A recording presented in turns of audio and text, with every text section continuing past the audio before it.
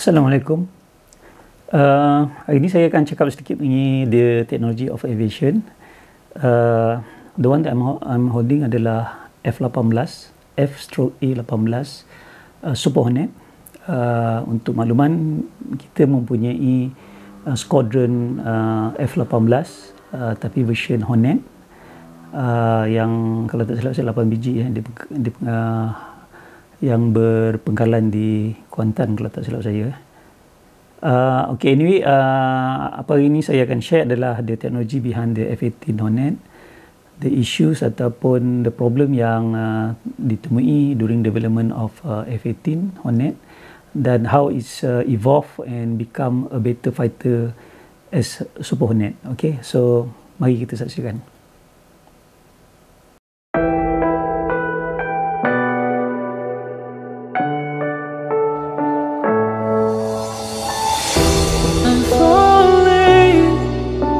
Tell me why I'm falling. Oh, life's calling, but it's hard because I'm falling. Okay, why Super Hornet's wing does not have fans? Okay, sebelum tu mari kita tengok ataupun belajar basic of flight. So apa yang anda tengok itu adalah apa yang kita kenal sebagai alpha angle ataupun AOA, angle of attack. So angle of attack ni adalah dongakkan kapal terbang with respect to the horizontal line. Jadi kalau anda lihat dalam graf ni, lagi tinggi alpha angle, sooner or later aircraft akan masuk kategori yang kita kenal lagi sebagai stall. Stall adalah kategori di mana lift akan destroy. Sebab apa lift destroy? Sebab udara pada masa itu akan berkarakteristik sebagai turbulence flow, dan apabila turbulence flow, lift tak akan wujud, akan destroy, therefore plane akan stall ataupun jatuh. So this is the challenges of having a high angle of attack, and especially at low speed. If you fly at low speed, it is subjected to fall if your punya angle of attack is so high. So all the plane having ataupun all wings are having this characteristic. Alright, sebelum tu just a glimpse through Hornet dan Super Hornet. Saya akan cakap Hornet dan Super Hornet. So Hornet been introduced way back in 1978. Dia adalah version A, B, C dan D adalah Hornet, dan manakala F-18E dan F adalah apa yang kita kenali sebagai Super Hornet di first operational in 1995. So nanti in the next post I will be introduce ada gap between 1978 dan 1995, di mana pada tahun 1978, selepas 1978 Russia develop ataupun introduce the MiG-29 dan juga introduce the brother of MiG-29, which is Su-27 dan its family yang dikenali sebagai flanker, Su-27, Su-30, Su-33 flanker, Su-35 flanker, dan this gap actually now been filled back ataupun been counter back by the Hornet, tapi this is the interim saja ataupun in short term dengan Super Hornet. Jadi just look through yang the highlighted kuning. Sebenarnya Super Hornet adalah slightly bigger daripada Hornet, dan juga menggunakan enjin ataupun power plant turbofan yang baru, which is F414 GE400 berbanding dengan General Electric F404 pada Hornet.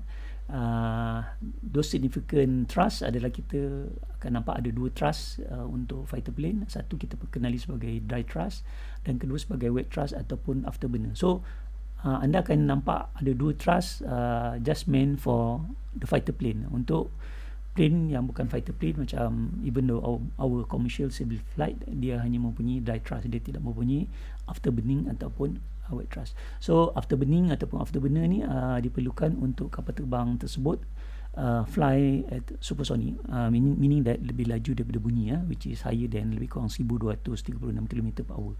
So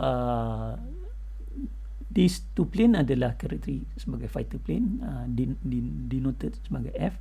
So therefore it must be able to fly at supersonic. So that's the thing. So 13,000 pound of force, 56 kilonewton berbanding dengan 49 kilonewton. So of course the new engine must be more powerful lah. Tapi we can see the speed a little bit drop 1.6 versus 1.8 simply because kalau kita go to the weight, sebenarnya F18 Superhornet diperlukan untuk membawa more weight, the more operational weight. So for that, walaupun dengan enjin baru, tapi total is find out that F18 Superhornet mempunyai lesser ataupun lesser max speed berbanding dengan Hornet. Tapi it is okay. Dogfight tak perlukan sampai Mark 2. So Mark 1 normally happen, even lower than Mark 1 always happen. So that one we'll be talking about further. Adakah Mark 2 diperlukan lebih laju daripada Mark 2? Yes, diperlukan, tapi lebih kepada designated fighter plane yang bersifat sebagai interceptor, sebab perlukan laju. Air superiority fighter memerlukan top speed, tapi untuk F-18, F-16 ataupun light combat aircraft they does not require this. Alright, so next. So this is basically the slide ni saya prepare untuk kawan-kawan saya pada 5/2011. So lama dulu. Now saya just olah untuk digunakan dalam YouTube. So macam mana kita nak kenal F-18? For those in aviation, of course they know lah. For those yang fan in aviation, you know. So F-18 will be much easier to be recognized sebab the tail yang berbentuk V, so the V shape. So kenapa dia V? I akan explain later on. So engine type, Bose mempunyai engine type fixed air inlet. In the future saya akan discuss about variable geometry air inlet, which is berkarakteristik untuk berubah-ubah. So this one adalah fixed inlet. So as long as the plane are having the fixed inlet, this plane can fly supersonic Mark 1 tapi tak boleh fly above Mark 2 dan Mark 3 dan sebagainya. So a fixed air intake plane hanya berkebolehan for fighter hanya berkebolehan untuk fly supersonic Mark 1 tapi limited to Mark 2. Okay, so for those plane yang having the variable geometry, they can fly above Mark 2 lah and above. So anyway, so this is the V-shaped plane. So right away you know this is the F-18 lah. Okay, one of the distinctive feature about the F-18, in fact, the very prominence about the F-18 compared to others fighter plane adalah mempunyai apa yang dikenali sebagai legs, legs yang panjang dan terbesar. So kalau kita compare is any other fighter plane, this part yang kat depan ni, legs stand for leading edge root extension, adalah terpanjang dan terbesar compared to even Russian fighter plane does not have as big as these legs.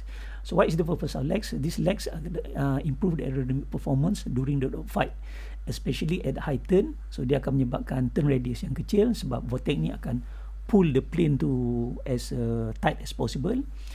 Because the vortex tu, this is an additional lift. So this additional lift akan menyebabkan plane akan having a tighter turn and a smaller and tighter turn. Dan during the high angle of attack, so this akan create an additional lift due to the vortex flow. So vortex flow adalah, ataupun the design of leg adalah satu subjek yang very difficult to study. Saya belajar dulu tapi sangat basic.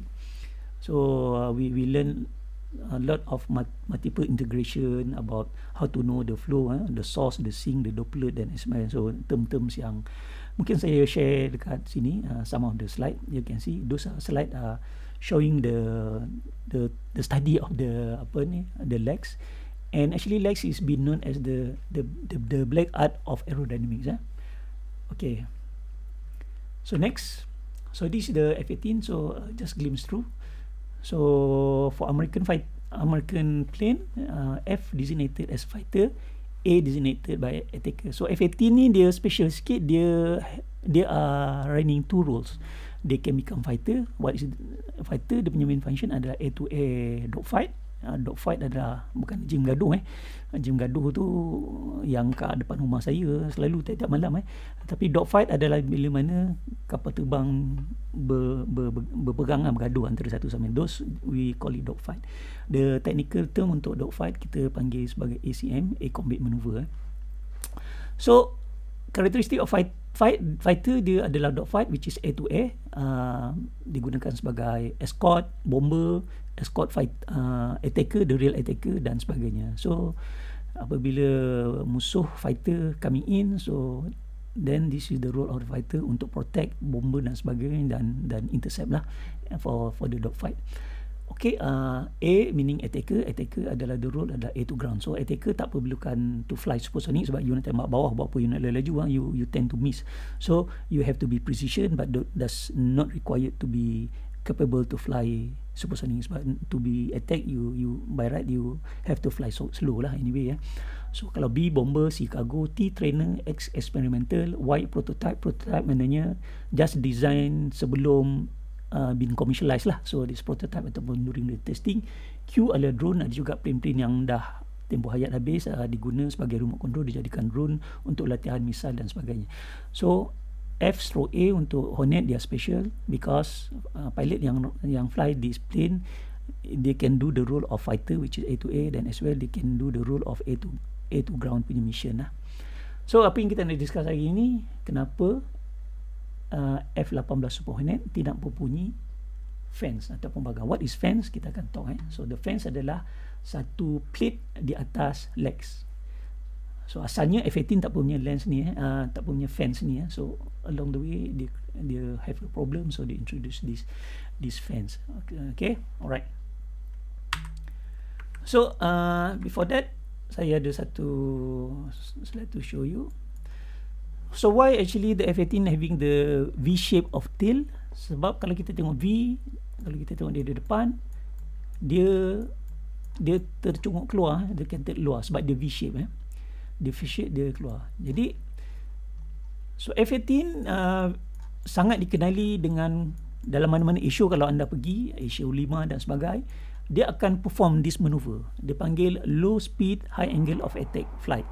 So F-18 akan fly as slow as possible. So saya percaya F-18 adalah salah satu fighter plane yang capable to fly at high angle of attack and at a low speed. Okay, ada juga Russian fighter yang can be done, tapi of course this performance beat the MiG-29, they beat the F-16 dan all other fighter plane lah, except Sukhoi 27. That one we'll be talking about the Sukhoi 27 and 30 flanker in session. So kalau you nampak, so sebab air akan pass through in between main wing dengan tailwind, so dia akan pass through, dan dekat sini ada control surface, kita panggil rudder.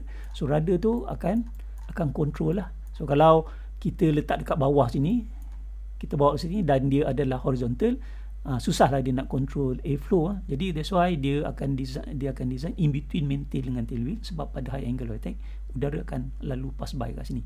And of course yang saya cakap dia bentuk V shape. Kalau satu tail tak boleh lah. Kalau you ada display ada satu tail, dia tak kan control the airflow. So saya juga ada slide sketch up untuk the difference.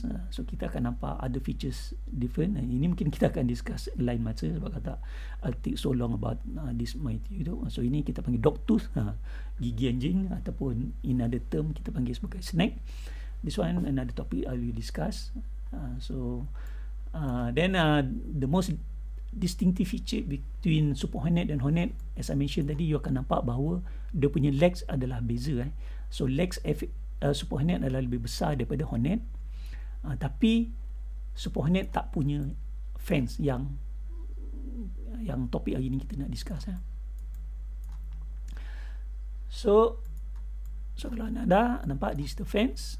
So awalnya apabila F-18 been introduced in the market, tak ada sebenarnya fans ni. Hodu ada fans ni, suddenly ada macam ni, ada some parts tercungguk kat situ. Asalnya F-18 tidak mempunyai fans ni, tapi saya ingat way back in 1980s waktu saya study dulu, kita selalu dapat baca-baca artikel daripada Aviation Week dan sebagainya. F-18 are having the problem because dia punya base tail ni dia crack. After sometimes in operational dia crack. Jadi the reason the crack sebenarnya because of the vortex flow itu sendiri. Vortex flow yang flow over ke atas ni, dia hit the tail and this too strong vortex dia cause the tail ni crack. Tapi it is not just because of the vortex tu yang dia crack, tapi apabila flow tu pass through the tail, apa yang terjadi adalah seperti ini.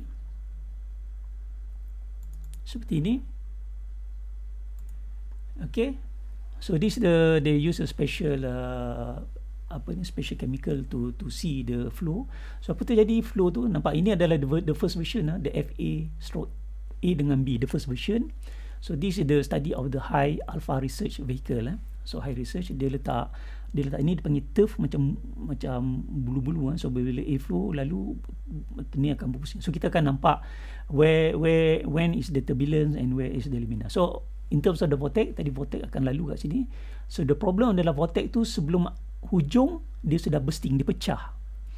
So vortex flow bursting in front of the vertical tail, and pemecahan vortex flow ni menyebabkan terjadinya buffeting. Buffeting adalah aerodynamic vibration, dan this vibration adalah high. So ini adalah the buffeting effect at the high frequency, and because it's vibrate high, so dia crack cepat lah. Okay, so the research been introduced dengan fans tadi, fans yang saya cakap tadi, fan be introduced. So they find out that berlaku still frequency tapi tak setinggi sebelumnya. Amplitude juga dibati tinggi, tapi tak apa, sebab they are more afraid about the high frequency compared to the high amplitude. So since then they use the fans lah pada F18. Alright. Okay, so this is the fans yang be introduced after the research. They be introduced untuk the deflect and as well to create another vortex daripada plate ni belakang ni. Jadi dia akan akan prevent dan juga akan enhance the word I should say, the enhance the vortex flow tadi daripada bursting, daripada pecah. But this is the temporary. So another temporary, by putting the fans, dia meletakkan L bracket pada base tail daripada yang saya cakap tadi. So dia strengthening. Okay, so this is another slide that I'll show that maybe I will discuss in the next YouTube channel. So legs actually been introduced first in F-16 Falcon. This is way back in 1970s. Yeah. So the legs been introduced by F-16, tapi you akan dapati dia punya performance in terms of Mach number is like this, 1.8. So the F-18 tadi saya dah share, actually is 1.6, Mach 1.6, 1.6 kali lebih laju dia bunyi. F-18 jadi 1.8, more or less sama dengan ni. Russian, because the MiG-29 dengan Sukhoi been produced later after semua fighter ni, 14, 15, 16 dan 18. So of course they learn the lesson from semua fighter plane ni. So MiG-29 adalah the first Russian plane yang having a very good aerodynamic. Sebelum ni Russian punya plane does not have good aerodynamic. Always the American are winning on side. So they want to have the legs on their plane as well. Okay, they having, so that's why MiG-29 is having. Tapi kalau you tengok F-14 dengan 15, of course earlier than F-16, they don't have legs. So MiG-25, of course earlier than 29-27, they don't have the legs. So if you don't have the legs, actually you have a good performance in terms of the power. So all the plane without the legs, they are having very good high performance. Mach 3.2, Mach 2.3, Mach 2.5. Tapi they don't have good aerodynamic performance. Sebab with having the legs, this is for those yang engineering, they are learning this. Tadi saya kata by calculation are very complex, tapi using the computer, CFD, computational fluid dynamic, they can study the introduction ataupun how the vortex flow will be function, and therefore the aerodynamic performance been improved lah. So sebenarnya F-14 dengan F-15 does not have a good aerodynamic performance compared to F-16, F-18, MiG-29 and F-13 and flanker. Aerodynamic wise they are not good, tapi in term of performance, in term of the engine performance, they are good. So maybe hopefully kalau saya ada masa, insyaAllah I will produce that. The Russian learn this lesson as well. They want to have high performance above Mach 2, but at the same time they want to have a good aerodynamic performance as F-16 dan juga F-18. So how they did it, okay, macam mana dia lakukan tu, I will explain that in the next post lah. Alright, so So they are having high performance above Mark II, but as well they're having lags. Alright, so ini tadi kita dah discuss pasal the lags punya features. This is the dia punya countermeasure lah. So since then, when FAT SuperHornet we introduced, so they settle all things at once. Alright, redesign the lags for the bigger one, as long vortex tak disturb ataupun tidak merosakkan vertical tail, and by then they remove ataupun eliminate the fence. So that's my post for today. So hopefully in the next session I will post another topics, for example why wingtip have twist, ataupun tadi saya cakap why the Russian plane solve the issue of having high performance and as well as having high aerodynamic performance as well. So saya harap those yang mengikuti YouTube saya ni subscribe, like dan komen for you guys to learn more from sedikit knowledge yang saya ada satu masa dulu. So with that I'll see you again, and Assalamualaikum.